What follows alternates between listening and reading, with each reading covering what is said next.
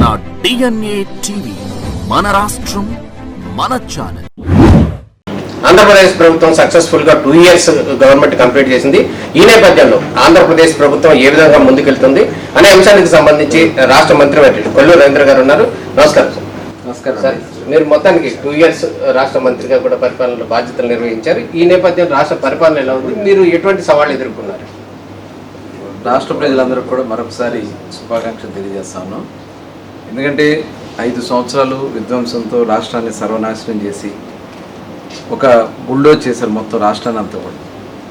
ఆ రోజున ప్రజలందరూ కూడా చాలా కష్టాలు ఇబ్బందులు పడి ఈ రాష్ట్ర పరిస్థితులు చూసి మరి ఎన్నికల్లో మరి ఫలితం ఖచ్చితంగా ఇదే రోజు, ఆ రోజు వచ్చినటువంటి ఫలితాల్లో అసలు ఊహించని మెజార్టీలు ఇచ్చి దగ్గర 94% మ్యాండేట్ ఇచ్చి మరి ఈ రాష్ట్రాన్ని మళ్ళీ పునర్జీవం పోసినటువంటి చరిత్ర ఆంధ్ర రాష్ట్ర ప్రజలది.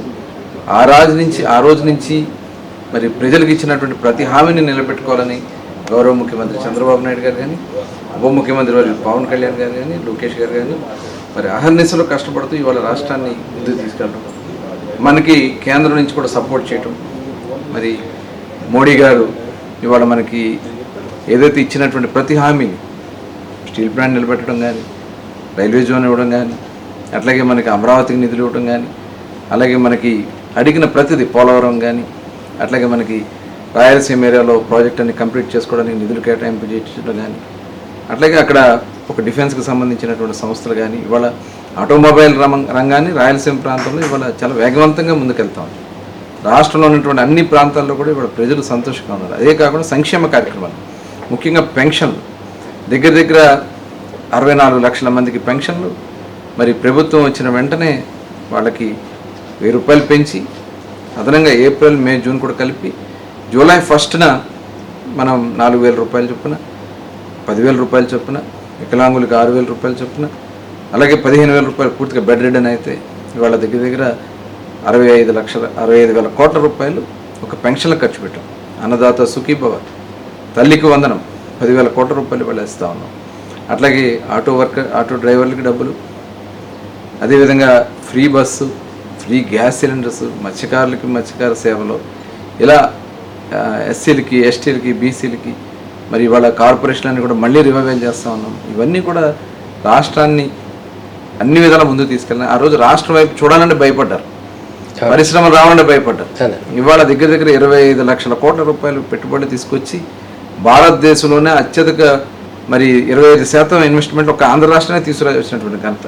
అంటే రాష్ట్రం నుంచి పారిపోయినటువంటి సంస్థలన్నీ కూడా మళ్ళీ మన రాష్ట్రానికి తీసుకురాగలటువంటి అది సామాన్య విషయం కాదు.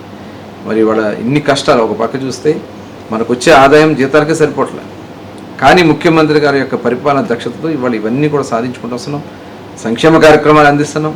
అట్లాగే మనకి అభివృద్ధి కార్యక్రమాలు కూడా ఇవాళ వెళ్తున్నాయి. 20 లక్షల మందికి ఎంప్లాయ్మెంట్ క్రియేట్ చేసే కార్యక్రమం చేయటం, అట్లాగే ప్రభుత్వ ఉద్యోగాల్లో కూడా డిఎస్సి కానీ, అలాగే గ్రూప్ పోస్టులు కానీ ఇవన్నీ కూడా చేసుకుంటూ ముందుకెళ్తూ ఇవాళ రాష్ట్రాన్ని సమగ్రంగా అభివృద్ధి చేసుకుంటూ ముందుకెళ్తున్నాం. మరి ఈ 2 సంవత్సరాల్లో అన్ని డిపార్ట్మెంట్స్లో ఉన్నటువంటి గత గవర్నమెంట్ చేసినటువంటి అన్ని అవినీతి కార్యక్రమాలన్నీ కూడా తుడిచిపెడుతూ ఇవాళ ముందుకెళ్తా ఉంది ఈ ప్రభుత్వం. రాబోయే 3 సంవత్సరాల్లో ప్రజలకు ఇచ్చినటువంటి ప్రతి హామీ నిలబెట్టుకుంటూ ముందుకెళ్తాం. మీరు చాలా సక్సెస్ఫుల్గా చేసాం, ప్రజలకు ఎంతో మేలు చేశామని కూడా చెప్తున్నారు. అయితే ఇప్పుడు ఉన్నటువంటి వైసీపీ పార్టీ అయితే కూడా వెన్నుపోటు 2 సంవత్సరాలు అయ్యింది. ఈ సందర్భం కూడా నిరసన కార్యక్రమాలు నిర్వహిస్తున్నా అంటూ కూడా వాళ్ళు ప్రజల్లోకి వెళ్తున్న పరిస్థితి కనపడుతుంది. దీన్ని ఎట్లా అర్థం?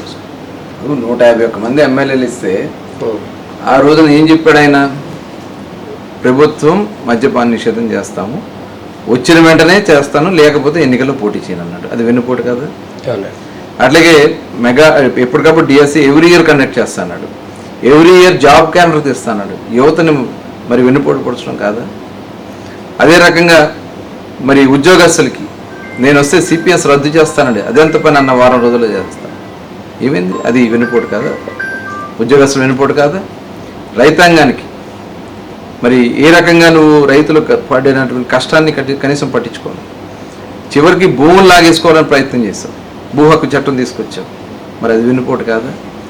సొంత చెల్లికి సొంత బాబాయినే గొడ్డలతో వేసేసాడు, సొంత చెల్లికి ఆస్తిలో మరి ఆ అమ్మాయిని బయ్యారికి ఇచ్చాడు, తల్లిని ఇంట్లోంచి తరిమేశాడు.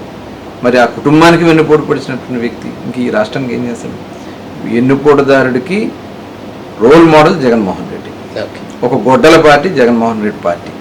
ఆయనకున్నటువంటి వ్యక్తులందరూ కూడా ఇవాళ ఈ రాష్ట్రంలో జరుగుతున్నటువంటి కార్యక్రమాలు తట్టుకోలేక ఇవాళ వీళ్ళు చేస్తున్నటువంటి దురాగతాలు ఏదో రకం ప్రజల్లోకి వెళ్ళాలనే తలంపు, అందుకే 11 దిగజారు చేశారు. భవిష్యత్తులో సింగిల్ డిజిట్ కూడా ఉండదు. ఇప్పుడు వైఎస్ఆర్సీపీ పార్టీ అనేది కూడా వెన్నుపోటు అనే విషయానికి వస్తే ఆ పార్టీ అసలు ఆయనది కాదు, వేరే శివశంకర్ అనే ఆయన పార్టీ రిజిస్టర్ చేశాడు, ఆయన పార్టీని కూడా తీసేసుకున్నాడు అని కూడా కొన్ని ఆరోపణలు వస్తున్నాయి. దాన్ని ఎట్లా అర్థం చేసుకోవచ్చు సార్? అది అందరికీ తెలిసిన విషయమే కదా. అన్ని కబ్జాలు చేయటమే, చివరికి సొంతగా పార్టీ పెట్టుకోలేక వేరే వాడు పార్టీ లాక్కోవడం. అట్లాగే తండ్రి పేరును వాడుకున్నాడు, ఆ రోజు సంతకాల సేకరణ చేశాడు. మరి ఆ రోజు అందరూ చూసాం, శవం పక్కన పెట్టుకుని సంతకాల సేకరణ చేసినటువంటి వ్యక్తి సొంత తండ్రి రాజశేఖర రెడ్డి గారే ఈ వ్యక్తి రాష్ట్రంలో ఉండకూడదని చెప్పి మరి రోసే గారే ఆ విషయం చెప్పారు, విజయమ్మ గారు స్వయంగా చెప్పారని చెప్పి. అంటే అంత క్రిమినల్ మైండ్ ఉన్నటువంటి వ్యక్తి జగన్మోహన్ రెడ్డి. అతను క్రిమినల్ నైజంతోనే ఇవాళ వ్యవహరిస్తూ ఉన్నాడు. ఇవాళ చూస్తే డిఎస్సి గురించి అతను మాట్లాడుతూ ఉన్నాడు. ఇవాళ ఎంతో పారదర్శకంగా ప్రజలకు ఇచ్చినటువంటి హామీ ప్రకారం మొదటి సంతకం చంద్రబాబు నాయుడు గారు పెట్టే మెగా డిఎస్సి మీద దాన్ని అమలు చేసి ఇవాళ 16,300 మందికి ఉద్యోగాలు ఇచ్చి వాళ్ళు ఈరోజు మరి సంవత్సర కాలంగా వాళ్ళు ఉద్యోగాలు చేసుకుంటూ ఉంటే ఇవాళ వాళ్ళని రోడ్డుకి ఇచ్చే కార్యక్రమానికి ప్రయత్నం చేస్తూ ఉన్నారు. ఇది చాలా దురదృష్టకరం. ఇవాళ ఏదైతే కేంద్ర ప్రభుత్వం ఇచ్చినటువంటి ఏదైతే రంగాల్లో క్రీడా రంగాల్లో వాళ్ళు ఉన్నటువంటి ఉన్నాయో దాని ప్రకారం ఇస్తారు, దాన్ని కూడా తీసుకొచ్చి ప్యాకెటాలు ఇచ్చారని చెప్పి ఏంటి దుష్ప్రచారం? ఏదో నోరుంది కదా అని చెప్పి ఏది పడితే అది మాట్లాడటం. నీకు అలాంటిది జరిగినాయి అనుకుంటే రా, నువ్వు ఆ రోజు ఏం చేసావు, లేదు ఈ రోజుకైనా మేము ఛాలెంజ్ చేస్తున్నాం, నిరూపించు. అంతేగాని ఈ రకంగా ప్రజల్లో భయాందోళన సృష్టించాలని వాళ్ళు నిజంగా అమాయకులు.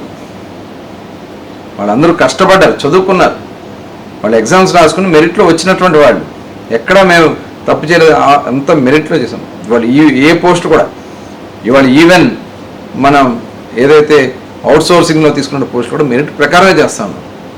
ఇంత పారదర్శకంగా చేస్తామంటే మీరు లేనిపోయిన అపోహ సృష్టించాలని ప్రయత్నం చేస్తున్నటువంటి ఒక క్రిమినల్ మైండ్ జగన్మోహన్ రెడ్డి. ఇప్పుడు మీకు మచిలీపట్నానికి రాజకీయ ప్రత్యర్థిగా ఉన్నటువంటి పేరు నాని చాలా ఆరోపణలు చేస్తున్నాడు. ఈ మధ్య కనుక అటు రాష్ట్ర ముఖ్యమంత్రి చంద్రబాబు నాయుడు కావచ్చు, ప్రత్యేకంగా నియోజకవర్గ ఎమ్మెల్యేగా ఉన్నట్టు మీ మీద కావచ్చు, మొన్న ఇల్లు కూల్చినటువంటి అంశం కావచ్చు, లేకపోతే ఇతర అంశాలు కావచ్చు, వీటన్నిటిలో జనసేన వాళ్ళకి మీరే వాంటెడ్గా చేశారు అంటూ కూడా కొన్ని రకాల ఆరోపణలు చేస్తున్నారు.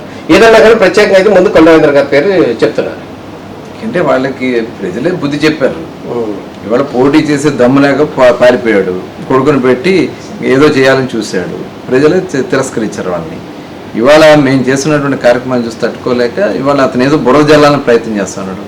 నీకు దమ్ము ధైర్యం ఉంటే దాన్ని నిరూపించు ఏదన్నా.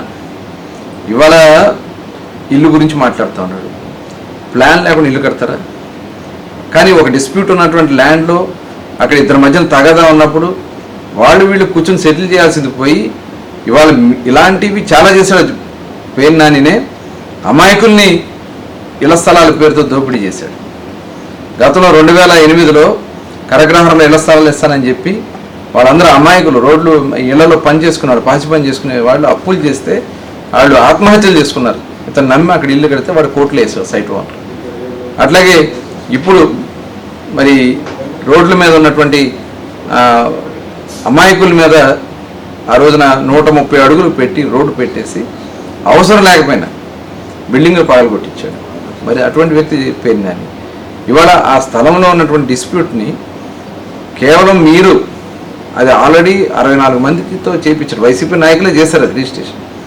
వాళ్ళకి ప్లాన్ నువ్వు ఎలా ఇప్పించావు అంటే అవినీతి కార్యక్రమాలు చేసి దోపిడీలు చేసి ఇవాళ వచ్చి పతిత కౌరులు చెప్తా ఉన్నారు. ఇవాళ ఎవరు కూడా నమ్మరు. పేరు నాని ఒక దుర్మార్గమైనటువంటి ఆలోచన ఉన్నటువంటి వ్యక్తి. ఇవాళ అతను విశ్వసించడానికి ఏమాత్రం కూడా అవకాశం లేదు. రాష్ట్రాల్లో ఆనాడు మంత్రిగా పనిచేశారు, జిల్లాలో ఏం చేశారు చెప్పండి, జిల్లాకి ఏం తీసుకొచ్చారు చెప్పమనండి. జగన్మోహన్ రెడ్డి భజన తప్ప వాళ్ళు చేసింది ఏమీ లేదు. ఖచ్చితంగా భవిష్యత్తులో వాళ్ళకి అక్కడ ఎటువంటి అవకాశాలు ఉంటాయి. అదే అంటారు సార్, ఇప్పుడు టీడీపీ నాయకులు మచిలీపట్నం వాళ్ళు ఏమంటున్నారంటే ఏ విధమైనటువంటి నేరం చేయనటువంటి కొండవేంద్ర గారిని రాజమండ్రి సెంట్రల్ జైల్లో వేశారు. సో అదే పర్సన్ కానీ ఆయనకి సంబంధించి ఆయన కుటుంబానికి సంబంధించి అనేక ఆరోపణలు వచ్చినాయి, అనేక భూ కబ్జాలు వచ్చినాయి, చాలా వచ్చినాయి. కానీ కొండ రవీంద్ర గారు చాలా సాఫ్ట్, ఏం పని చేయట్లేదు. అదే ఈ విషయంలో ఏదండి మీ మీద దాడులు చేసినటువంటి అంశంలో వాళ్ళు మీరు ఎటువంటి చేయట్లేదని మీ కార్యకర్తలు కూడా కొంతమంది అంటున్నారు కదా సార్. ఈ కొన్ని శాపాలు ఉంటాయి, అది తగులుతాయి, టైం రావాలా. కర్ణుడు శాపాలు ఉన్నట్లుగా ఆ టైం వచ్చినప్పుడు అన్నీ జరుగుతాయి.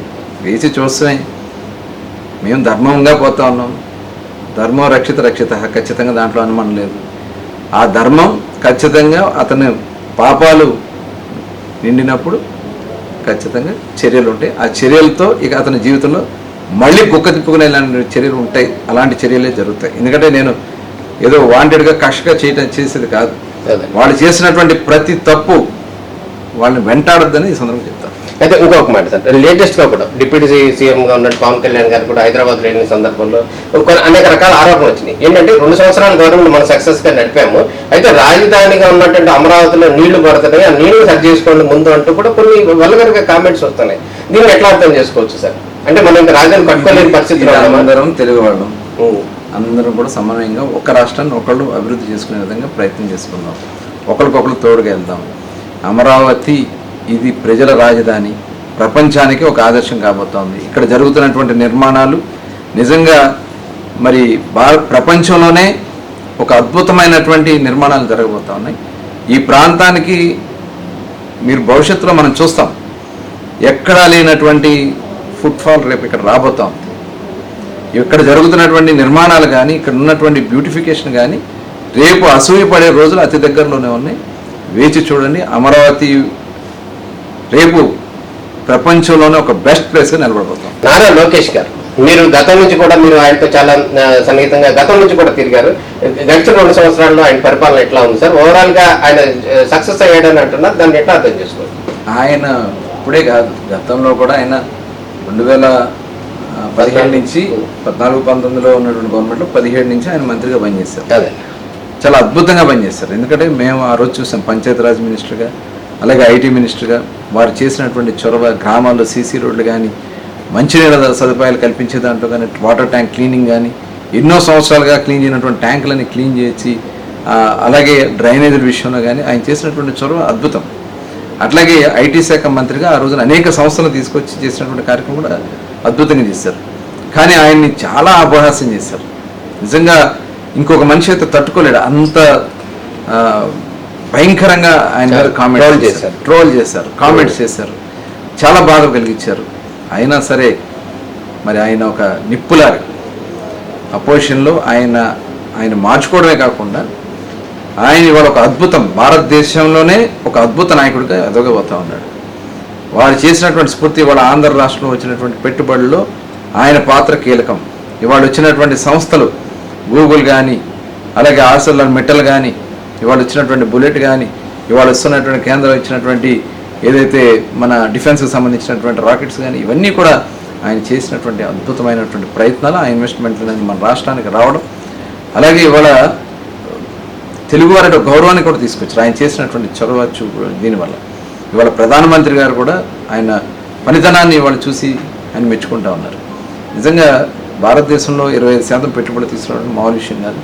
ఇవాళ అంత పనితనం, నేర్పరితో ఇవాళ ఆయన చాలా ఒక అద్భుతమైనటువంటి శక్తిగా ఆంధ్ర రాష్ట్రం మిగిలిపోతారు. మరి దేశీయ ప్రజలు ఎంతో కాలంగా కూడా ఎదురు చూస్తున్నటువంటి పరిస్థితి కనపడుతుంది. ఏంటంటే ప్రధానంగా మచిలీపట్నం పోర్ట్ అనేది కావాలి అని ఎప్పటి నుంచో కోరుకుంటారు. మీ నియోజకవర్గంలో ఉంది, ఈ పోర్టు ఎప్పటి వరకు అయిపోతుంది అంటారు?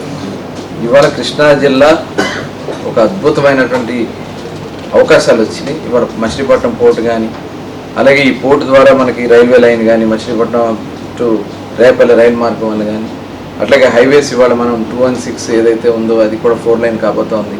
అలాగే మచిలీపట్నం టు విజయవాడ 6 లైన్ కాబోతా ఉంది. భవిష్యత్తులో ఇవాళ తెలంగాణ ముఖ్యమంత్రి గారు కూడా అడుగుతున్నారు, 12 లైన్ అడుగుతూ ఉన్నారు. ఇవన్నీ కూడా రాబోయే కాలంలో పోర్ట్ బేస్డ్ ఇండస్ట్రీస్ రాబోతూ ఉన్నాయి. అలాగే అగ్రి బేస్డ్ కూడా ఇవాళ, ఎందుకంటే మనకు ఉన్నటువంటి ఇక్కడ అగ్రి కానీ, ఆక్వా కానీ, ఇవాళ ఈ రంగాల్లో చాలా విశేషమైనటువంటి అభివృద్ధి జరగబోతోంది. ఎందుకంటే పోర్టు వల్ల ఇంపోర్ట్స్ ఎక్స్పోర్ట్స్ వల్ల కానీ ఏదైనా కానీ ఈ ప్రాంతంలో, అలాగే జగ్గేపేటలో ఉన్నటువంటి సిమెంట్ ఇండస్ట్రీస్ కానీ, ఫుడ్ ప్రాసెసింగ్ ప్లాంట్స్ కానీ, ఇవన్నీ కూడా ఇంటిగ్రేట్ చేయడానికి ఒక ప్లానింగ్ కూడా చేసుకుంటున్నాం. డెఫినెట్గా కృష్ణా జిల్లాలో ఒక ఊహించిన అనూహ్యమైనటువంటి అభివృద్ధి జరగబోతుంది. తెనాలి మచిలీపట్నం ట్రైన్ కూడా అంటున్నారు సార్, అది ఎంతవరకు నిజం సార్? అది కూడా రేపల్లి డిపిఆర్ రెడీ అయింది, డిపిఆర్ ఫైనల్ అవుతుంది. అయిన వెంటనే టెండర్ పిలుస్తారు. Machilipatnam railway line from Machilipatnam నుంచి అవినిగడ్డ మీదుగా రేపల్లి. ఓవరాల్ గా రాష్ట్ర ప్రజలకు ఏం చెప్తారు సార్? అంటే కొన్ని లేటెస్ట్ ఏమవుతుందంటే రాజధాని రైతులు ఎవరో జగన్ దగ్గరికి వెళ్ళి కలిశారు, ప్రభుత్వం మీద వ్యతిరేకత కలిశారు అని ఏదో చెప్తున్నారు. అట్లా దీన్ని ఎట్లా అర్థం చేసుకోవచ్చు? జగన్ అన్ని జగన్ నాటకాలే. ఆ నాటకాలన్నీ కూడా ఒకసారి మనం గమనించాలి. ఆ నాటకాలు నమ్మితే మనం జగన్నాథ రథచక్రాల కిందే నలిగిపోతాం ఈ రాష్ట్రం. దయచేసి ప్రజలందరినీ మీరు ఏ రకంగా అయితే ఆలోచించి ఈ ప్రభుత్వాన్ని నిలబెట్టారో అదే ఆలోచనతో ఈ ప్రభుత్వం ముందుకు నడుస్తుంది. అదే రకంగా ఈ రాష్ట్రం ప్రపంచానికి ఒక మహా మేటి రాష్ట్రంగా నిలబడుతుంది. Okay, thank you sir.